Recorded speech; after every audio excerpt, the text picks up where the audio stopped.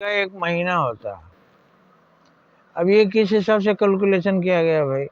महीना 30 दिन का और 12 महीने का एक साल। ये 30 दिन क्या है, कहाँ से आया?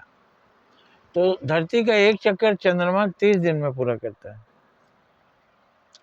इसलिए हुआ 30 दिन का महीना। चंद्रमा धरती का 30 दिन में एक चक्कर पूरा करता है।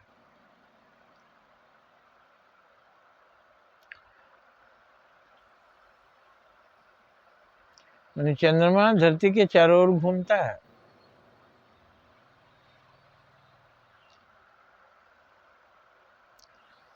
तो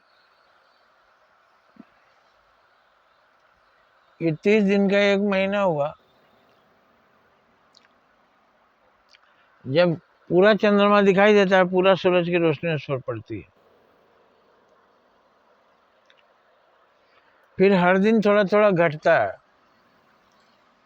घटते घटते थोड़ा घटते घटते आधा दिखाई देगा, घटते घटते पूरा अंधेरे में डूब जाएगा। तो ये जो उजाला पूर्ण चंद्रमा से पूर्णिमा के चांद के बाद थोड़ा घटता रहता है, कुछ उसका हिस्सा कट के दिखाई देता है, उस पर अंधेरा पड़ता रहता है।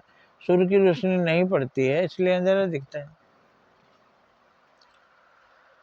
तो घटते घटते 15 दिन में वो पूरा पूर्णिमा का अमावस्या बन जाता है। फिर 15 दिन धीरे धीरे बढ़ता है और 15वें दिन जाकर के पूरा चंद्रमा दिखाई देता है। ये सूरज की रोशनी से चंद्रमा दिखाई देता है। सूरज की रोशनी जब पूरी सीधी पड़ती है तो पूर्णिमा, और जब उल्टा पड़ता है उस तरफ हो जाता है चंद्रमा का, तो हमें नहीं दिखता है चंद्रमा, तो हो जाता है अमावस्या। अब ये 15 दिन उजाला बढ़ता है तो उस शुक्ल पक्ष कहलाता है, जब उजाला बढ़ता है। और जब उजाला घटता है तो उसको कृष्ण पक्ष बोलते हैं। कृष्ण पक्ष मैंने काला पक्ष। अब वो काला होने की ओर बढ़ रहा है और एक दिन पूरा काला हो जाएगा। तो अब आपको समझ में आया, एक महीने में चंद्रमा एक चक्कर लगाता है, इसलिए महीना 30 दिन का, और उसमें 15 दिन का कृष्ण पक्ष और 15 दिन का शुक्ल पक्ष। इसके माने धरती जब एक चक्कर पूरा करती है 12 महीने में, तो चंद्रमा 12 बार धरती का चक्कर तब तक लगा लेता है। देखो दोनों में कैसे नापा ऋषियों मुनियों ने, कितने विद्वान थे। ज्योतिष शास्त्र इसी पर बना हुआ। ज्योतिष शास्त्र में नक्षत्र विद्या।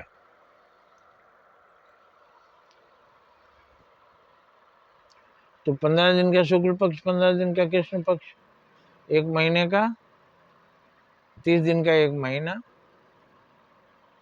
ये चंद्रमा और धरती के बीच का संबंध।